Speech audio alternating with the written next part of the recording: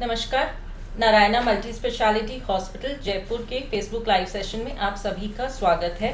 मेरा नाम डॉक्टर शिवानी स्वामी है। मैं कंसल्टेंट पल्मोलॉजिस्ट एट जयपुर नारायणा। मेरे साथ बहुत ही सीनियर डॉक्टर्स आज यहाँ मौजूद हैं ये डिस्कस करने के लिए कि हॉस्पिटल्स में आना कितना सेफ है। तो मेरे साथ हैं doctor Vijay Kumar Sharma. Sir is a senior orthopaedic surgeon eight Jaipur. Sir का एक्सपीरियंस 20 साल से ज़्यादा का है और साथ ही हैं डॉक्टर के Bansal who is a senior consultant in neurosurgery department.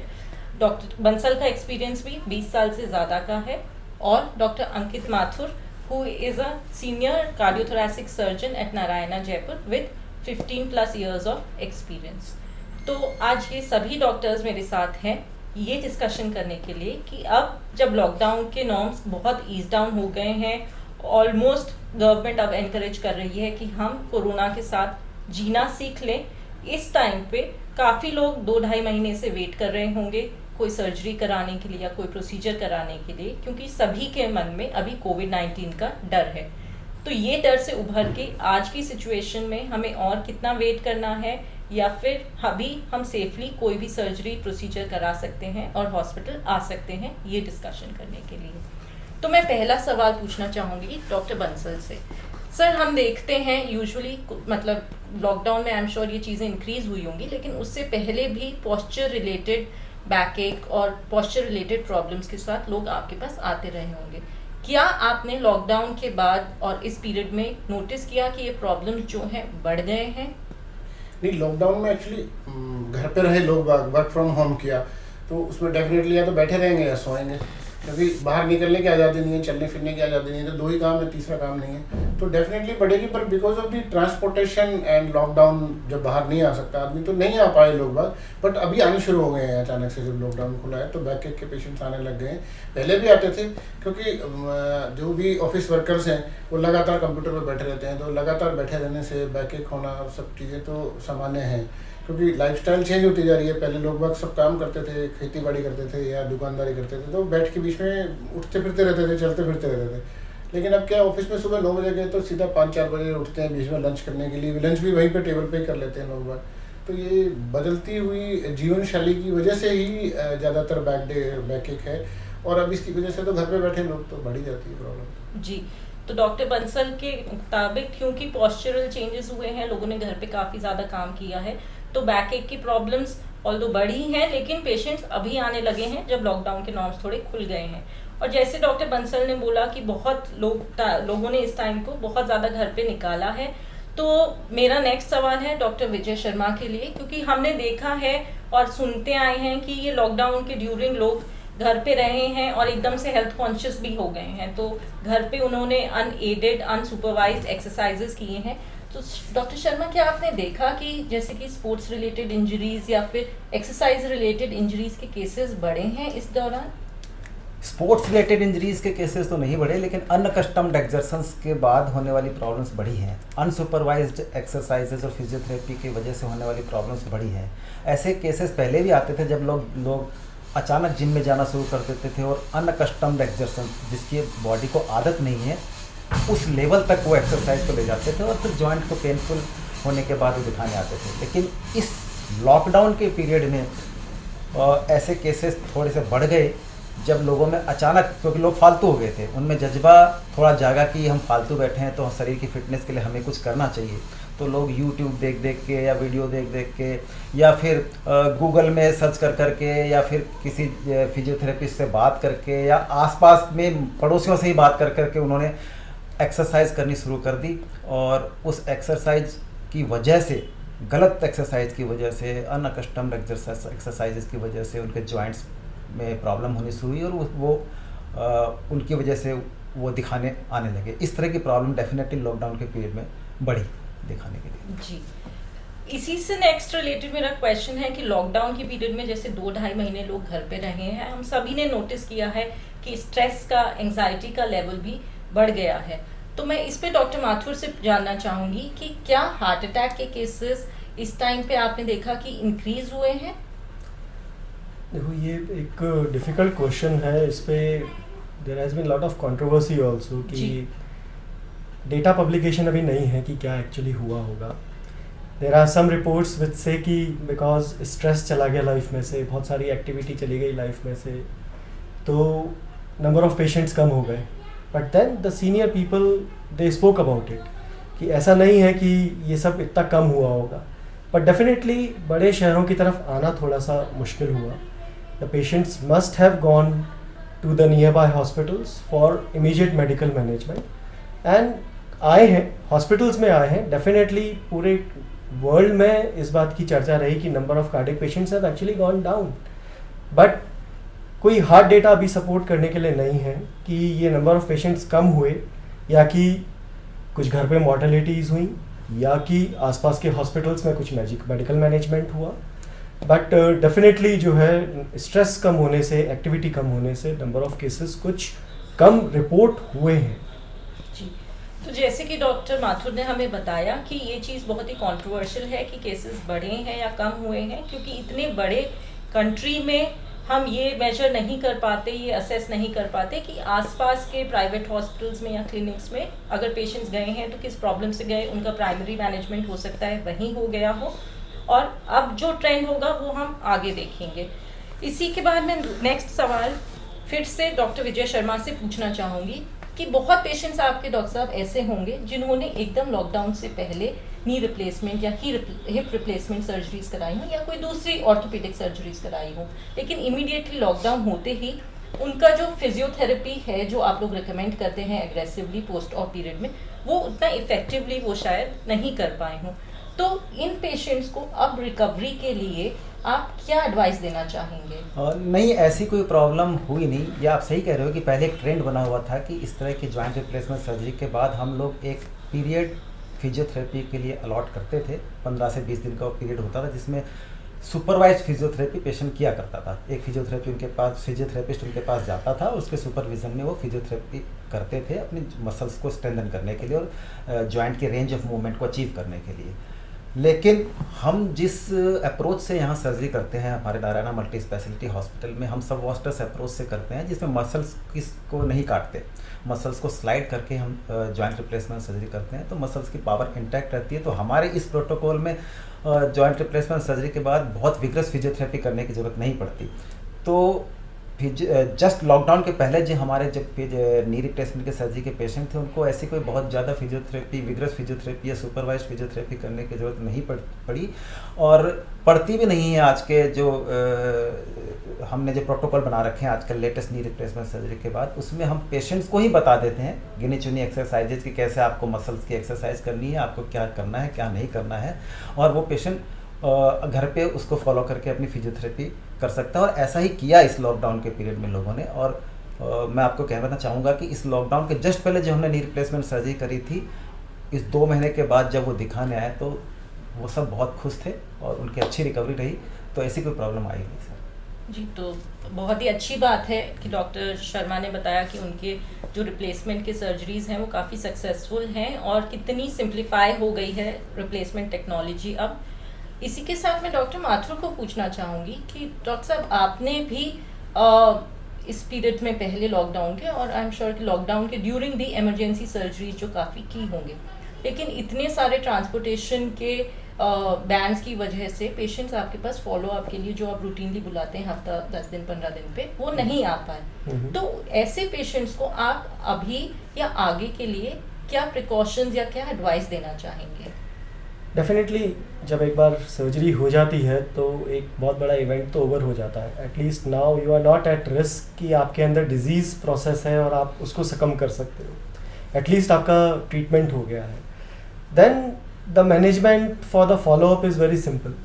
One is the routine management जो हम सभी पेशेंट्स को करते हैं कि लाइक उठने बैठने में हेल्प लो, करवट थोड़ी इतनी लेनी है इतनी नहीं लेनी है, सीढ़ियाँ कम चढ़नी है, खाना अच्छा खाना है, स्पायरोमेट्री करनी है, बेल्ट्स यूज़ करनी है. दीज आर द रूटीन जो कि हम सभी को फ़ोन पे ये सब managements we keep on doing that. Patients keep on ringing कि अब हमें को ये हो रहा है, हमें ये हो रहा है. So that's a routine. Whether there was corona और देयर वाज नो कोरोना, ये तो रूटीन था कि पेशेंट्स के कॉल आते थे एंड छोटी छोटी एंजाइटीज़ हम उनकी सेटल करते थे.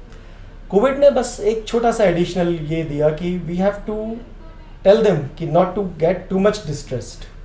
डेफिनेटली सर्जरी के बाद कुछ टाइम के लिए इम्यूनिटी कम रहती है एंड देयर आर चांसेस कि that are with a low immunity you may get an exposure. So वो जो यूनिवर्सल प्रिकॉशंस जो वर्ल्ड फॉलो कर रहा है उसका एक छोटा सा कंपोनेंट उनको भी फॉलो करना है. As such they have not suppose to move out of the house, घर से बाहर नहीं निकलो, मास्क यूज़ करो, फ्रीक्वेंट हैंड वॉश करो, एंड ज़्यादा एक्सपोजर नहीं हो, सोशल डिस्टेंसिंग के नॉर्म्स फॉलो करो. I think most of the management जो कोरोना का अपने पूरे वर्ल्ड में जो कर रहे हैं यही है, social distancing, not to meet, wear mask and frequent hand wash. So ये उन्होंने भी किया एंड उनकी एंजाइटी हमने टेलीफोनिकली उनको रिलीव किया, वीडियो कॉल्स भी थे, व्हाट्सएप कंसल्टेशंस भी थे. सो आई डोंट थिंक उसमें कोई ज़्यादा हैजल रही, it went as a routine. जी. तो जैसे डॉक्टर माथुर ने कहा कि ऑब्वियसली उन्होंने अपने पेशेंट्स को एडवाइस किया कि एंग्जाइटी ना लें, बट फिर भी इस टाइम पे बहुत लोगों को एंग्जाइटी रही होगी. तो डॉक्टर बंसल, मैं आपसे पूछना चाहूँगी कि आपके पास क्या ऐसे एंग्जाइटी के पेशेंट्स, स्लीप प्रॉब्लम्स के पेशेंट्स, या फिर इस सब वजह से जैसे कि हेडेक, या ऐसे पेशेंट्स आने लगे इमरजेंसी में? हाँ, इन दिनों में बल्कि ब्रेन हेमरेज पेशेंट काफ़ी आए, क्योंकि जो ब्लड प्रेशर रहता है, जिनको खून पतला करने की दवाई भी चल रही होती है, तो वो घर में बैठे हुए काम नहीं है. ज़्यादातर मिडिल क्लास लोग हैं, तो उनका अगर अर्निंग सोर्स ख़त्म हो गया लॉकडाउन के दौरान, पैसे नहीं है, तो स्ट्रेस में आ जाते हैं लोग. कहाँ से लाएंगे, क्यों, खाने पीने को तो चाहिए, कमाई तो नहीं हो रही, पैसे नहीं आ रहे हैं, तो क्या बीपी की दवाई खत्म होगी किसी की, क्योंकि मेडिकल स्टोर हैं गवर्नमेंट ने खोल के रखे थे पूरे, बट फिर भी लोगों के पास दवाइयाँ जो यहाँ से ले जाते थे वो गांव में नहीं मिलती हैं. दवाई लेने के लिए कैसे आया है आदमी, तो दवाइयाँ जिनकी हाइपरटेंशन की दवाइयाँ खत्म हो गई, शुगर की दवाइयाँ खत्म हो गई, तो ये दोनों बीमारियाँ मिलकर फिर स्ट्रेस हो गया, तो बीपी बढ़ गया, ब्रेन हेमरेज काफ़ी पेशेंट्स आए. हालांकि वो ट्रांसपोर्टेशन की वजह से नहीं पहुंच पाते थे 100%, बट कुछ न कुछ गांव में ही इलाज हो जाता था. बट फ़ोन खूब आते थे मेरे पास कि पेशेंट आ रहे हैं, ब्रेन हेमरेज हो गया, सब क्या करें, तो हालत ख़राब है, नहीं ला पाते, क्योंकि एम्बुलेंस को भी आना अलाउड नहीं था until unless they have a big reference and then all that thing. तो वो प्रॉब्लम तो बढ़ी है इन चीज़ों से, क्योंकि घर में रहने से समस्याएं, मतलब स्ट्रेस बढ़ा ही है डेफिनेटली.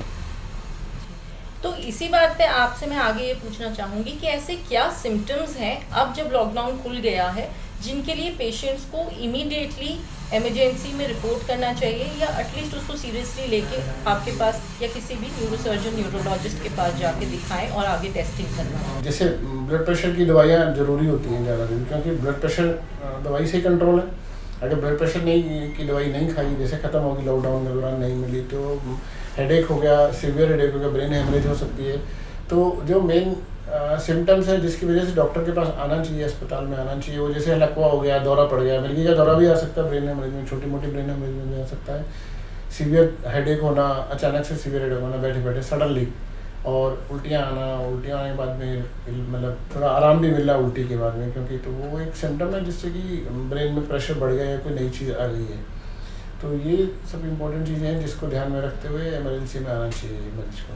जी. तो डॉक्टर बंसल का कहना है कि अगर आपको बहुत ज़्यादा सर दर्द है, जिसके साथ आपको उल्टियाँ आ रही हैं, या आपको कोई मिर्गी का दौरा आ रहा है जो पहले कभी नहीं आया, या इसके अलावा आपको छोटा या बड़ा लकवा आया है, तो ये सारी चीज़ें किसी सीरियस बीमारी का कारण हो सकती हैं, तो इसलिए आप ज़रूर अपने डॉक्टर को कंसल्ट करिए. इसी तरह से डॉक्टर शर्मा से मैं जानना चाहूँगी, क्या ऑर्थो में भी ऐसे कोई सिम्टम्स हैं जिसके लिए पेशेंट को इमीडिएटली, एक्सीडेंट तो हम सभी जानते हैं कि एक्सीडेंट के पेशेंट्स तो यूजुअली पहुंच ही जाते हैं, लेकिन कभी कभी बैक एक के पेशेंट्स बहुत टाइम तक उसको इग्नोर करते रहते हैं, थिंकिंग कि ये तो नॉर्मल है या पॉस्चरल है, तो इस तरह क्या कुछ आप डिफरेंशिएटिंग फैक्टर्स बताना चाहेंगे कि किस बैक एक के पेशेंट को या किसी और पेन के पेशेंट को कब हॉस्पिटल आना ज़रूरी है और उसको इग्नोर नहीं करें? जहाँ तक ऑर्थोपेडिक के पेशेंट के सिम्टोमेटोलॉजी का सवाल है, ऑर्थोपेडिक के पेशेंट का सबसे प्रमुख सिम्टम होता है दर्द, जिसके लिए वो अपने फिजिशियन से या ऑर्थोपेडिक सर्जन के पास दिखाने के लिए आता है. ये दर्द अगर आपको पहले से चल रहा है और एकदम से दर्द बढ़ गया है, बहुत ज़्यादा दर्द बढ़ गया है, आपको लगा कि ये beyond the limit of tolerance जा रहा है, तो आपको इसको नेगलेक्ट नहीं करना चाहिए. आपको तुरंत अपने फिजिशियन या ऑर्थोपेडिक सर्जन के पास जाना चाहिए. या आपके स्वेलिंग आ गई है जॉइंट में जो पहले नहीं थी, तो ये स्वेलिंग आना और दर्द का बढ़ना, ये दो चीज़ें ऐसी है जो बताती है कि कुछ ना कुछ नया आपके जॉइंट में और बोन्स में हुआ है जो ठीक नहीं है, और इसके लिए आपको लापरवाही ना बरत के अपने चिकित्सक के साथ संपर्क करना चाहिए. कमर का दर्द हुआ है, कमर का दर्द सडन हो गया, नहीं हुआ, और जो एक थोड़े से पीरियड के रेस्ट के बाद ठीक नहीं हो रहा है, आपके कमर से लेकर नीचे तक पैरों में दर्द जा रहा है, जो एक नर्व कंप्रेशन का सिम्टम होता है, तो इन सब चीज़ों के लिए आपको लापरवाही नहीं बरतनी चाहिए. हॉस्पिटल में जाके अपने चिकित्सक को जरूर दिखाना चाहिए आपको। जी, और इसी के लिए अब मैं आगे पूछना चाहूँगी, हमारा जो most important so called organ होता है हार्ट, क्योंकि आई थिंक हम लोग बाकी सारी चीज़ों को इग्नोर करते हैं बट हार्ट प्रॉब्लम्स को हम यूजुअली काफ़ी सीरियसली इंडियन सोसाइटी में ट्रीट करते हैं। तो डॉक्टर माथुर, क्या आप मुझे बताएंगे कि ऐसे कोई सिम्टम्स जिसके लिए इमीडिएटली पेशेंट को हॉस्पिटल में रिपोर्ट करना चाहिए? एंजाइना जो है, जो क्लासिकल हार्ट पेन होता है, which is the pain which comes in the chest while you are exerting, या सांस फूलना कुछ पेशेंट्स में होता है। इसकी वेरियस ग्रेडेशंस दी हुई हैं सोसाइटीज़ ने कि आपको बहुत चलने पे होता है, थोड़ा चलने पे होता है, लेस देन यूजुअल एक्टिविटी में होने लग गया, बैठे बैठे होने लग गया, खाना खाने के बाद होने लग गया, और फिर बैठे बैठे होने लगा जो कि जा ही नहीं रहा है। सो ये वेरियस ग्रेडेशंस एंजाइना की हैं जो कि हार्ट अटैक की तरफ मैं आपको लेकर आया। Like heart attack is like severe crunching pain जो है, जो उसकी सिवियरिटी ऐसी होती है कि जो इसको एक बार होता है वो फिर उसको भूलता नहीं है। It's a severe crunching pain, उसके साथ काफ़ी पसीना, उल्टी, एक फीलिंग होती है डूम्ड की, कि मतलब लाइक यू नो कि आई एम गॉन, काफ़ी प्रेस्पिरेशन होगा, बीपीज फ्लक्चुएट करेंगे, चक्कर आएंगे, एंड ये पेन परसिस्ट करेगा, किसी एंटासिड से, किसी पेन किलर से नहीं जाएगा, and usually patients and relatives know कि ये हार्ट अटैक आ रहा है। सो ये सबसे एक ये जो सिम्टम होता है, या बहुत बुरी तरह सांस फूलना, बैठे बैठे भी सांस फूल रही है, इस सिम्टम में usually attendants and patient both knows कि हमें फटाफट हॉस्पिटल जाना है। ये एक हार्ट अटैक के सूचक है, बड़ा हो सकता है, छोटा हो सकता है अटैक, बट इसके अंदर तुरंत हॉस्पिटल पहुंचना होता है। लॉकडाउन के टाइम पे आई एम श्योर बहुत सारे पेशेंट्स नियर बाय क्लिनिक पे पहुंचे होंगे जिन्होंने कि अपना जो भी थेरेपी जो अवेलेबल है, अगर स्टेंट्स नहीं डिप्लॉय हुए होंगे तो ऑब्वियसली कोई थ्रोम्बोलाइटिक थेरेपीज डिप्लॉय हुई होंगी। कुछ पेशेंट्स को on the other hand, on the बिल्कुल एक्सट्रीम हैंड जो है, क्रोनिक स्टेबल एंजाइना रहता है। मीन्स वो चल रहे थे, उतना ही चल रहे हैं और उतना ही चलते जाते हैं, पर चलने पे दर्द हो रहा है, थोड़ा और कम चलने पे हो गया तो वो फ़ोन करते हैं यूजुअली कि सर अभी थोड़ा सा मैं इतना चल रहा था पर अब मेरे को इतने में ही दर्द हो रहा है। So these are the type of patients who can be managed medically. आप थोड़ा सा उनके मेडिकेशन अप कर सकते हैं। These are the patients who can be counselled telephonically, WhatsApp और वॉट एवर द मेथड में बी, इनको आप मेडिकली मैनेज कर सकते हैं, and these can be patients can be manage by next door physicians also. इस बीच की जितनी भी ग्रेडेशंस हैं उसके अंदर वेरिएबिलिटी रहती है। आपको खाना खाने के बाद दर्द हो रहा है, बैठे बैठे ही दर्द शुरू हो गया जो कि ठीक तो हो गया, दो ज़्यादा सिम्टम्स कि आपको पहुंचना तो है हॉस्पिटल में। These are the not the symptoms, ना तो ये अटैक है ना ये क्रोनिक स्टेबल एंजाइना है, ये बीच की कंडीशंस हैं जो कि वर्सन हो रही हैं, एंड नेक्स्ट 2-3 डेज में या वीक फॉलोज में आपको मेजर अटैक आ सकता है। सो ये सिम्टम्स होने पे भी आपको हॉस्पिटल रश करना है, नियर डोर फिजिशियन या अपने जो भी कार्डियोलॉजिस्ट है उनसे consult. This is the way it goes. जी, तो पूरी कॉन्वर्सेशन में हम देख रहे हैं कि अब जब लॉकडाउन खुल भी गया है तो पेशेंट्स हॉस्पिटल आना चाहेंगे जो बहुत क्रॉनिक प्रॉब्लम्स चल रही हैं या जिनका फॉलोअप नहीं हो रहा था या जिनको दवाइयाँ नहीं मिल रही थी, अब वो लोग भी हॉस्पिटल आना चाहेंगे। तो डॉक्टर शर्मा, मैं आपसे जानना चाहूँगी कि अब जब हमारी सोसाइटी से पूरी तरह कोरोना गया नहीं है, बल्कि अगर हम देखें तो नंबर्स इंक्रीज हो रहे हैं और हम कम्युनिटी स्प्रेड के स्टेज पे हैं, ऐसे में अगर हम पेशेंट्स को कह रहे हैं कि हॉस्पिटल आ सकते हैं, हॉस्पिटल्स सेफ हैं या आप बहुत ज़्यादा सफ़र मत करिए, अपनी दवाइयाँ और फॉलोअप्स रेगुलर रखिए, तो ऐसे में हॉस्पिटल ने क्या प्रिकॉशंस लिए हैं पेशेंट सेफ्टी के लिए? देखिए, जहाँ तक कोरोना के ख़त्म होने या ना ख़त्म होने का सवाल है, एक बात स्पष्ट है कि ये चीज़ ख़त्म होने वाली नहीं है, और जैसे और दूसरी बीमारियां हैं वैसे ही एक चीज़ और ऐड हो गई है और हमको इसके साथ ही रहना है। ये जो लॉकडाउन का पीरियड था, क्योंकि ये एक नई चीज़ थी, ये आज से पहले कभी नहीं हुई, तो इसके बारे में कोई कुछ जानता नहीं था और कुछ गाइडलाइंस नहीं बनी हुई थी, कुछ रिकमेंडेशन नहीं थी कि ऐसा कोई कोविड पॉजिटिव पेशेंट आता है तो आपको किस तरह से ट्रीट करना है। हॉस्पिटल्स वगैरह भी कोई इस चीज़ों के लिए तैयार नहीं थे। तो इस लॉकडाउन के पीरियड से एक चीज़ ऐसी हो गई कि इस बीमारी के पैटर्न को समझने में लोगों को टाइम मिल गया, इंफ्रास्ट्रक्चर प्रिपेयर कर लिए गए और एक गाइडलाइन बना ली गई हर हॉस्पिटल में। हमारे हॉस्पिटल में भी ऐसी गाइडलाइन बना ली गई कि किस तरह से पेशेंट को आपको ट्रीट करना है। तो अभी जैसे हमारे कोई भी पेशेंट आता है तो हॉस्पिटल के एंट्रेंस में ही हमारा हॉस्पिटल का स्टाफ थर्मल स्क्रीनिंग करता है। अगर किसी पेशेंट को फीवर होता है तो उसके लिए हमने एक अलग से फीवर क्लिनिक बना रखी है, उसको फीवर क्लिनिक में रेफ़र कर दिया जाता है। अगर वो एफेब्राइल है यानी उसको फीवर नहीं है तो फिर उसको हॉस्पिटल में एंट्री दी जाती है। उसका पल्स ऑक्सीमीटर के साथ हम उसका ऑक्सीजन सैचुरेशन भी चेक करते हैं। हॉस्पिटल में जब वो एंटर करता है तो उसके साथ एक ही अटेंडेंट अलाउड होता है और हम सोशल डिस्टेंसिंग का पूरा पालन करते हैं। हमारे जो चैम्बर्स के बाहर, डॉक्टर्स के चैम्बर्स के बाहर या वेटिंग रूम में जो भी पेशेंट के बैठने की व्यवस्था है उसमें हम सोशल डिस्टेंसिंग के तहत एक निश्चित गैप हमने बनाया हुआ है। उस गैप के साथ ही पेशेंट या अटेंडेंट को बैठने के लिए अलाउ करते हैं। हॉस्पिटल के छोटे से छोटा स्टाफ से लेकर के सीनियर से सीनियर डॉक्टर्स तक हर आदमी को स्टैंडर्ड क्वालिटी के PPE किट, N95 मास्क प्रदान किए गए हैं और पूरे सिक्योरिटी मेजर्स के साथ, पूरे सेफ्टी के साथ हम हॉस्पिटल्स में पेशेंट्स का इलाज कर रहे हैं। और अभी लॉकडाउन के खुलने के बाद हमने हर तरह की सर्जरी शुरू कर दी है, जैसे हमारे joint replacement surgeries, regular routine की ऑर्थोपेडिक सर्जरीज, वो सब हमने सुरक्षा मेजर्स के साथ शुरू कर दी है और we are giving results to those patients. जी, तो जैसे कि डॉक्टर शर्मा ने हमको बताया कि सर्जरीज हॉस्पिटल में रूटीन काम, OPD वगैरह शुरू हो गया है विद ऑल यूनिवर्सल प्रिकॉशंस। तो इसी पे मैं डॉक्टर माथुर आपसे जानना चाहूँगी कि आपके भी जो सर्जरीज आप कर रहे हैं तो जो OPD में या स्क्रीनिंग में हम प्रिकॉशंस ले रहे हैं वो तो हमें डॉक्टर शर्मा ने बताया, लेकिन ऑपरेशन के बाद आप क्या क्या प्रिकॉशंस ले रहे हैं ताकि हॉस्पिटल में रहते हुए भी पेशेंट्स को जो है ना तो संक्रमण हो किसी तरह का, ना ही किसी तरह की असुविधा हो। कार्डियक सर्जरी में ऑब्वियसली लंबी चलती है surgery, 6 to 8 hours. Patient ventilator पे भी रहता है 8 to 10 आवर्स।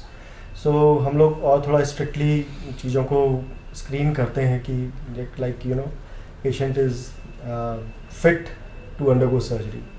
Fortunately, अभी more than 20 cases, 25 cases ever since the lockdown has opened, हम लोगों ने ऑपरेट किए and till yet we have been able to send all of them home in hale and hearty condition. Precautions are same for the doctors and for the patient. Doctors को जो standard है वही, like we have to wear face shield, we have to wear 2 masks including which one is N95. There is a PPE kits, there are shoes, there are double gloves. And we have the goggles and all in place. And fumes जो है उनको suck करने के लिए obviously there is a good amount of blast which is coming from above, जो OT का जो pattern है modular OT का, which takes away all the fumes जो हम cut करते हैं, so that helps. तो doctors and staff is protected by following the universal procedures. And patient की screening and जो we make sure that the patient is not allowed to meet more than one attendant जो उसके साथ रहे, जो कि screen हो। एंड लेटर ऑन जितना भी स्टाफ है ITU में और फिर उसमें वार्ड्स में, वो सब PPE किट्स में और जो स्टैंडर्ड जो बताया we are following that very strictly and fortunately the results are in front, so there is no need to be afraid. We have begun it and we have successfully delivered it. जी, तो हमारे experts के according मतलब हमें ध्यान रखने की ज़रूरत है, सावधानी की ज़रूरत है, लेकिन सावधानी बरतते हुए हम बिल्कुल सेफली पेशेंट्स को सर्जरीज करके हॉस्पिटल से या इलाज किसी भी तरह का करके घर भेज रहे हैं। बट इसी पे मैं ये ऐड करना चाहूँगी, डॉक्टर बंसल से मैं पूछना चाहूँगी कि हम डिस्कस कर चुके कि सर पहले और बाद में हम क्या प्रिकॉशंस ले रहे हैं, बट ड्यूरिंग सर्जरी जो कि एक्चुअली एक बहुत लंबा टाइम होता है पेशेंट के लिए भी, वो लोग एनेस्थीसिया में जाते हैं और आई थिंक ड्यूरिंग सर्जरी जो अटेंडेंट्स होते हैं वो सबसे ज़्यादा परेशान रहते हैं। जब तक डॉक्टर बाहर आके नहीं बोल देते कि सर्जरी ठीक ठाक हो गई है तब तक आई थिंक बाहर सब भगवान को याद करते हैं। तो आप उस टाइम पे क्या प्रिकॉशंस हॉस्पिटल में ले रहे हैं ड्यूरिंग द सर्जरी? जैसे सारा स्टाफ है हमारा वो पूरा PPE किट पहन रहा है और फेस शील्ड भी लगा रहे हैं ताकि जो जैसे कॉटरी यूज़ करते हैं तो धुआं उठती है, वो धुआं में भी एरोसोल जनरेट होते हैं और पेशेंट को भी मास्क पहना के ही शिफ्ट किया जाता है ताकि अगर पेशेंट में भी अगर संक्रमण हो तो बाकी हॉस्पिटल के स्टाफ को ना हो, वो भी सब ध्यान रखा जाता है।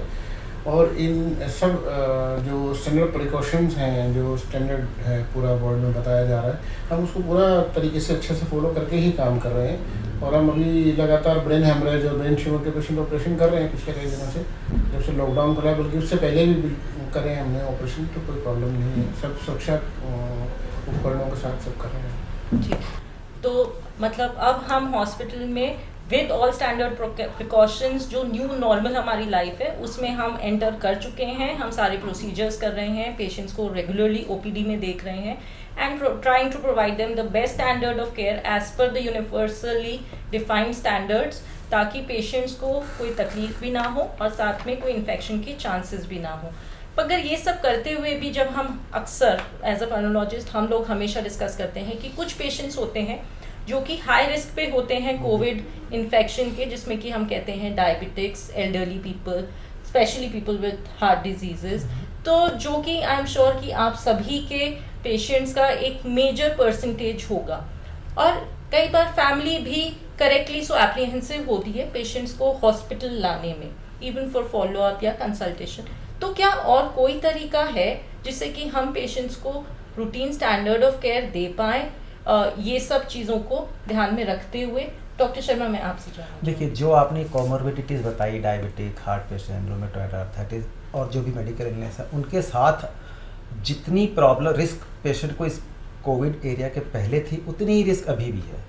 ऐसा नहीं है कि कोविड जब नहीं था तब इन कोमोर्बिडिटीज़ वाले पेशेंट की सर्जरी करने में कोई रिस्क नहीं होती थी। उतनी ही रिस्क पहले भी थी, उतनी ही रिस्क अभी है।